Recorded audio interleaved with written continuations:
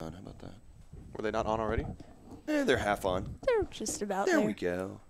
Yeah. See, look at it. Hi, everybody. We're live here on Free Beer Friday at the Discover Denton Welcome Center. We don't have free beer today, but we do have the beautiful and wonderful Charles Neslin here talking about the economic impact of craft beer on local communities. So you don't have to come here to get free beer, but Ben Easley, you have some beer deals you're talking about? Yeah. Yeah. Well, we've always got Montuckies. Of course. Right? $2 Montuckies. Freaking awesome beer. And then how much for those new Cedar Creeks? Oh, the Cedar Creek Patio Pounders on sale. Yeah. Those are $4.99 six-packs, $12.50 for a case. Can't beat Yeah. that. What are you doing for New Year's? Because that's going to be really good. Yeah. Get drunk like everybody else. Oh, responsible. Well, responsible, yeah. Drink good beer. Have fun. But no, we're here to talk about something a little different from the brewers that we've had coming in from Argyle and McKinney and things like that. And we're going to talk about how craft brewers and breweries and the wholesale and distributing goes back directly into not just Denton, but any local community in the states of America, obviously. So, Yeah. So we're going to hit off first with the revenue that can be generated in Texas and in California. Yeah. Just based off of craft beer. Yeah, I think we saw, what was the stat that I pulled? It was more than $3.76 billion in Texas state revenue came from craft breweries. From one year alone, of course. Yeah. And then California, to show how far behind we are right now, California brought in $6.8 billion. And these are the 2014 numbers, right? Yeah, so this is 2-year-old, almost 3-year-old data at this point, and craft beer has been growing constantly. So there's a lot of money that can be had in craft beer just for state, local, and federal governments. You know, the feds take their share of all this money as well. There you go. Yeah. And I'm trying to think of what else we had seen on that. Oh, I guess Jeremy had given us some local stats. This is Jeremy Roberts up at 903 Brewers in Sherman.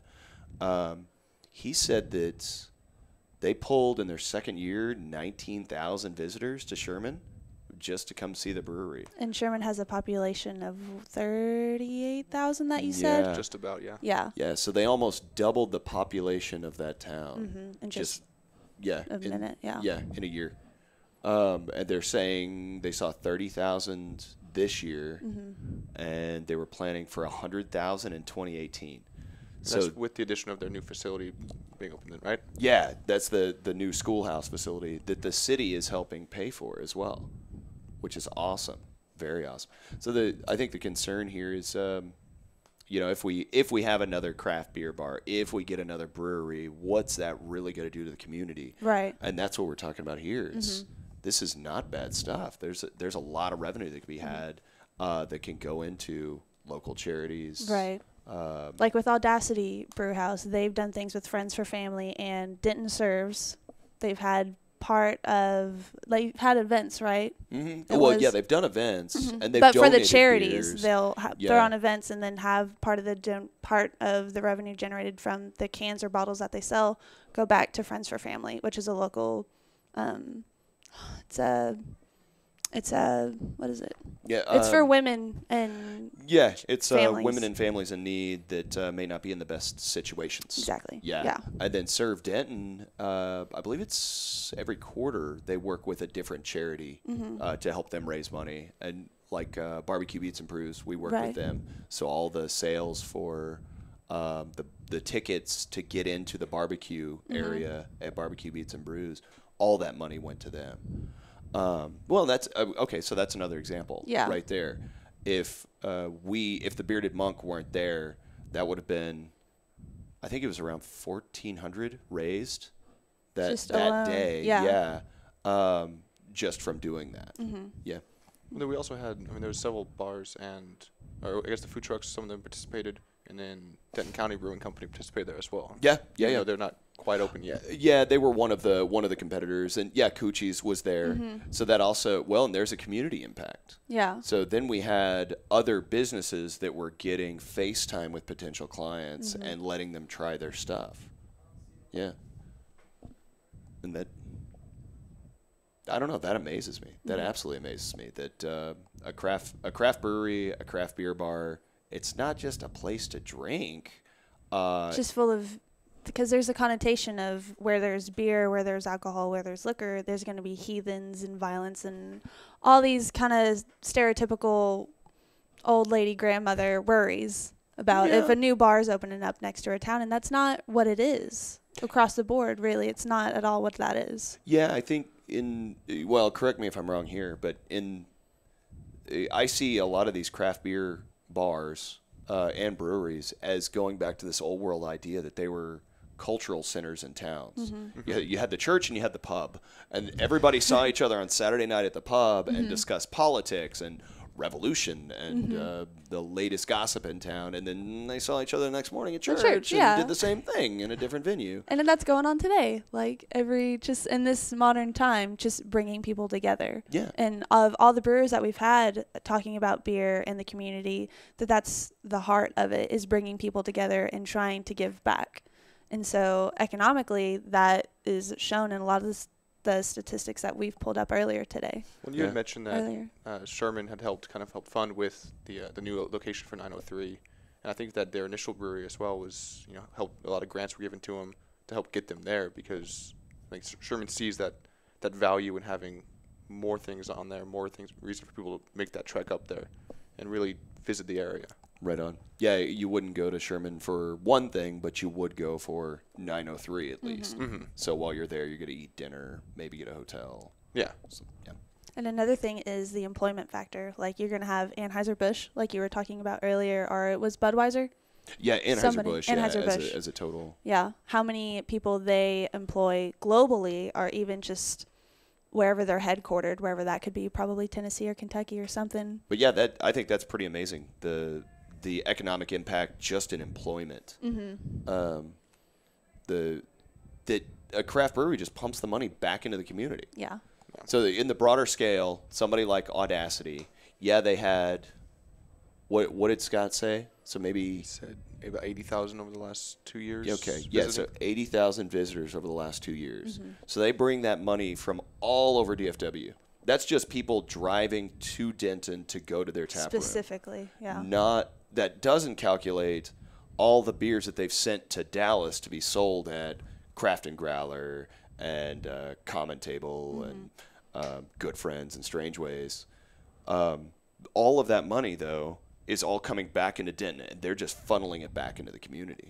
That's amazing. Yeah. Well, we also got the employment from distributors that are carrying more products from more people. That you need more when you have more brands and more. You need more knowledgeable staff that care about their products rather than just going, hey, we need to send you 800 cases of a Coors Light for the weekend or this holiday weekend. So a little more education. A little more education, but you just need more. It takes more face time with accounts. Okay. So you usually have a higher number of sales reps focused on craft than you do just your domestic Bud, lagers. Miller Coors. Gotcha. So there's a secondary job market right there, and that's just from the distributor. Yeah. You had made a point about too that what we're talking about here. Oh hey, that this place is designed to tell people about Denton. Right. And you had made that point that beer kind of does that. Yeah, I think especially two areas outside of the immediate focus. You've got a lot of education of what goes on in Denton and why you should come up here to the local market, just DFW and North Texas. But beer travels much further than that because people like sharing it. It's an easy experience to have with someone that doesn't cost too much, and you can easily bring it down to San Antonio if you want, down to Houston, Austin, and people go, oh, I like this, so I want to check it out. I think we had mentioned the Sunset Lager from Audacity, which has our courthouse right there on the front of the label, and it's something that Jesus said, yeah, this is part of Denton. This is on the square. This is where you go to have a great time. This is why you should be visiting. Right on. I'm tired of driving down here. You come up to me. Yeah, so the craft beer is basically like its own welcome center for the city. Like anything, it's like kind of like with Tubbs Brewery that they sell their stuff here in Denton, but they also sell their beer in Colorado and Kentucky and Florida and all these other places, all these other states that you can go back to. Where are they from? Let's you put can our say place Denton, on the Texas. map. Yeah. Well, that's a great example. Having them in here we were talking about McKinney. Yeah. While they were here on the show. So we go back and look at it. It was a great episode. So while we're here in Denton talking to all these Dentonites, they're chatting about McKinney. Yeah. So how many folks, ask yourselves, how many of y'all went to McKinney that weekend or in the next couple of weeks because of that? Or have it on your list to do, you Yeah. know? Like, and what you mentioned earlier, people from Dallas like to, they're just people that is their hobby, is they like to try new beers. And so they want to go see new cities and see new attractions and things. And so in 2017, Audacity Brew House is opening up a second location. Armadillo Ale and Denton County Brewing Company are all opening up these new places where we've only had Audacity before, but now that we have more, like Charles, you were saying earlier, they can hit 4 or 3 different places all in one fell swoop. Yeah, for anyone that might not have wanted to make that trek for one brewery, even though it'd be a lot of fun, whereas they can hit 6 or 7 going up 75. Yeah. Now they're like, oh well, now I can go up there and hit 4 or 5, or hit 2 or 3 breweries, and then the Bearded Monk, or other local places. And that keeps them in the city longer for a longer amount of time, and just let's see what else is up with this town, and then they go about and they check it out. And you start branching into the community. Well, the stats I pulled from Experience Grand Rapids. This is Grand Rapids, Michigan. Their tourism board had done a study, and they saw, more than 42,000 beer tourists visit Grand Rapids annually, spending $7.05 million directly on craft breweries. So that's just direct. Of those 42,000, 13,000 were from outside Michigan. So 13,000 people drove from a state away just to visit Grand Rapids, just for craft beer. And then they dug a little bit deeper, and 31% spent daily on craft beer, or 31% of their spending was on craft beer. 30% was on lodging, so they come, hit a brewery or two, and then get a hotel. 23% was on food, and then the rest was divvied up between entertainment, transportation, and retail.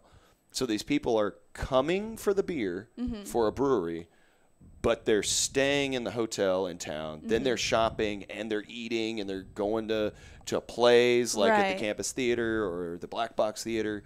They're delving into the culture, and the craft beer is the way to kind of lead them in, or to draw them in. That helps play a big role with. It's not just that they're going for the beer; they're going because of the beer, but they're going to experience everything that they have to offer. Right. I mean, 31% still a lot spent on just the beer, but you've got 30% on that lodging. And that's still a whole other third of their budget going to, a local restaurant, going to pick up some souvenirs, just going to see what's cool in that area. Right on.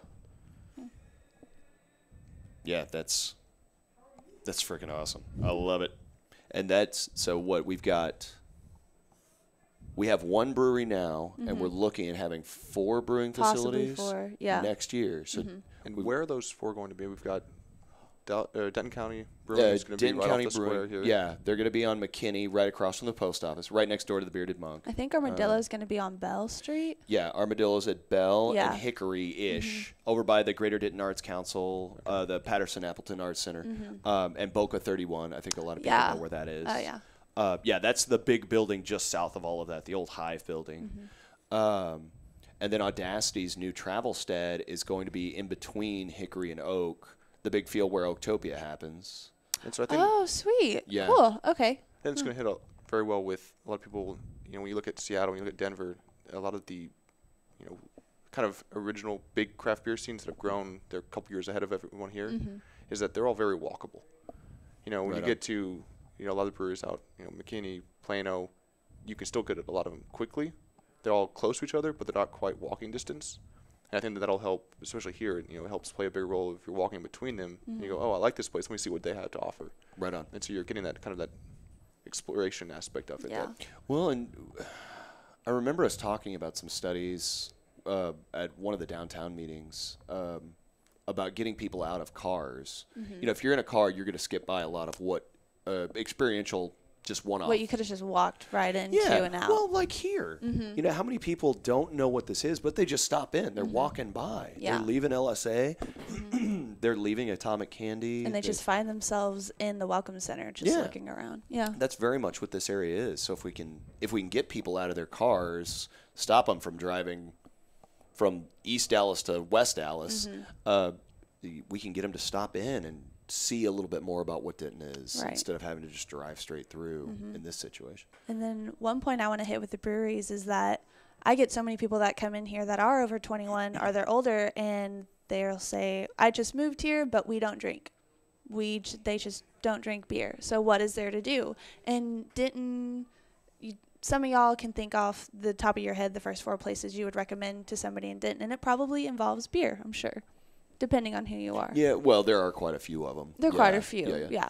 But, and even then, it's so much more than that, because you can still get a Coke and a water and fries anywhere, basically, more or less, kind of depends.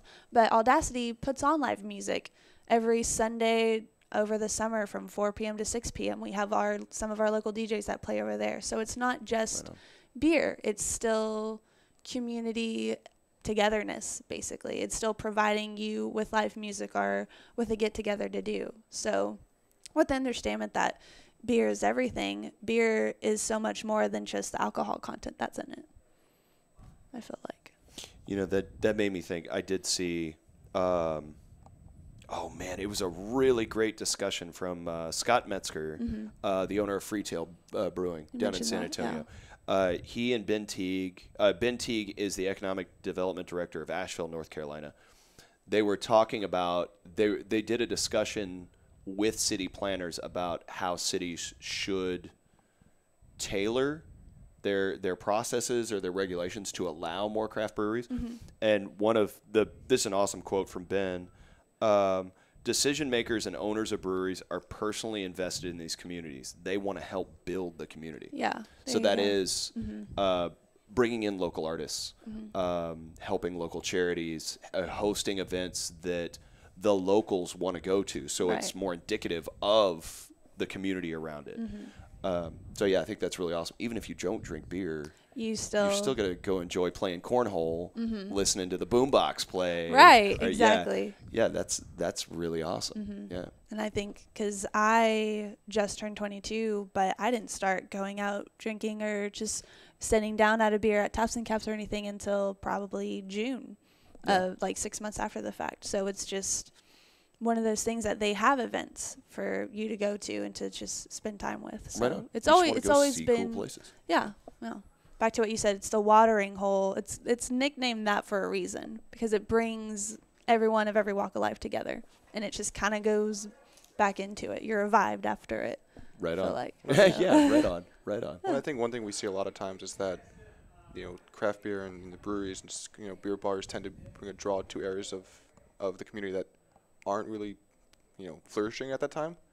That's the kind of like just off of the beaten path, or breweries in particular. We've got a lot of warehouse space that, they need places to put giant tanks, and warehouses are great for that, but they're not usually the center of economic activity. They're not the center of tourism, and given a couple of years, they're able to really sit there, and the brewery gets built, and then all of a sudden you've got a little food restaurant across the street, and it draws people out there where otherwise they might not have gone before, helping kind of get us secondary or tertiary kind of economic area that was being underutilized previously. Right on. So this is a way to revitalize an area. Right on. Yeah. I mean, even before the Monk was over and where it is, that little corner was, you stopped at East Side. Yeah. Yeah. You went there during the day for everything that was over there, but at night, What else was there? And now you've got the Breeder Monk there. You've got Denton County Brewing opening up, and really pushing the city to let people use their parking lot. Yes. Yeah. Oh man, what was I? There was a topic I was thinking about in the middle of that. Sorry, it's lost now. Sorry. Sorry. No, it was along those lines though. It'll come back to me, I'm sure. Yeah, no worries. But I think we have most of what we had here. Right on. There. Culture right on. shared was the last bit, but I feel like that's. Yeah, we brought that up a little bit. I think through either package going out, telling the story. Right. Yeah. Or people coming in and taking that culture home with them. Yeah. Well, I think that we mentioned a lot of that sharing of through the beer, and then the engagement with the community that the breweries have. But I think we didn't really touch on the community reaching out to the brewery to do things, which I think that breweries have a unique kind of aspect where they have a product that they can do something with, and their space is usually unused during the middle of the week. So you see a lot more events being able to be done there. On the weekends, people will go there for tours, for pints, but they've got a ton of space usually that can be used for a lot of things. And I think that we're seeing more and more activity at breweries that during kind of the off-peak hours. Right on. And so I think we'll see more and more community outreach hoping to use what they have. I like that. Well, yeah, we've had that conversation. Oh boy, I apologize. Someone came and saw me from one of the school districts, or one of the schools about a PTA fundraiser, and she came to us talking about, hey, would you mind donating something for this so we can help raise money for these grants? Like, yeah, that's great. We've had. What did you donate? A growler and a gift card. Oh, You know, it's cool. like, yeah, put that in the auction. See if you can get some money out of Oh, it. how fun. Jason and Molly Thornton just did the Hallidays pub crawl for the Denton Animal Support Foundation, and I forget what the other one is. Sorry, guys. And I haven't seen the stats on how that did, but that was a great pub crawl. They got some Right. people to come out, and it was solely come to these bars and hang out with us or these pubs, and we're going to start donating some money to some causes. Sweet. But yeah, it's gotten to that point that I think a lot of John Williams also proved this, that a lot of people just come directly to them and say, hey, would you be willing to help us out with this? And I've done that with Because they know the kind of Audacity. effect you have Yeah. on people. Yeah. Oh, yeah. Oh, that was it. That's you were talking about an underutilized area of the city. What was going on Oak Street after Locust? Nothing. Nothing. Yeah. I think Dan was doing great things at Dan Silverleaf on Industrial, and you had Monty build Mellow, so they started revitalizing Hickory. What was on Oak? John took a little old house down there at Oak and Oakland and turned it into one of the best places in the U.S. Like actually noted a couple of years ago, it won Right. like top 3 in the U.S. And he's since won best outdoor beer garden for both of them last year. I remember in the hearing U.S. about right? that, yeah. And that's bringing all these people down this road that had nothing going on. I mean, there's a reason I am where I am. John and I talked about it for years. So yeah, that's a perfect example right here in Denton of One attraction will spark revitalizing new this ones area. in the Yeah. area. Yeah. Yeah. All right, that's all I got though. Cool. No, Charles, is there anything else you can think of? I think we covered a lot of stuff that we came here to talk about. Sweet. I think we covered all the pre-interview stuff that we were like, we need to say that. Oh yeah, yeah. Real cool. Oh yeah, you missed the whole like random conversation before the cameras even started rolling. That was fun though. Yeah, it was fun. It was good. Pre-interview talk, so we don't make a fool of ourselves. Yeah, Full of there you go. myself, anyway. We try. Yeah. But thank you guys for listening here on the Free Beer Friday show. Again, no free beer here at the Welcome Center tonight, but Mr. Ben Easley has some killer deals Yeah, come drink with us. on some Moon Tuckies and some Cedar Yeah. Creeks. And you want to promote your little New Year's Eve? Oh yeah, Bash the real quick? New Beers Eve. Yeah, if you don't have anything planned, Ben Easley's got something for Tomorrow, you. Mojo and Kind Beats are playing. This will be so. Normally, since we're a store, we close down at midnight throughout the week. Saturdays we can stay open until 1 a.m. So New Year's Eve falls on a Saturday this year. So this won't happen for another 7 years. This kind of party. Yeah. So yeah, you definitely want to be there tomorrow night. This Be should there or good. be square. Bam. You know. Yeah. Awesome. Well, thank you, Charles, for being here, and thank you, Ben, for having this really important and significant topic here. Yeah. I'm glad we got to talk about this tonight. Yeah. Glad you had me here, and I had a great time. Yeah, good. Attaboy. Thanks for bringing your geniusness. All right. Thank you, guys. Bye, guys. Bye.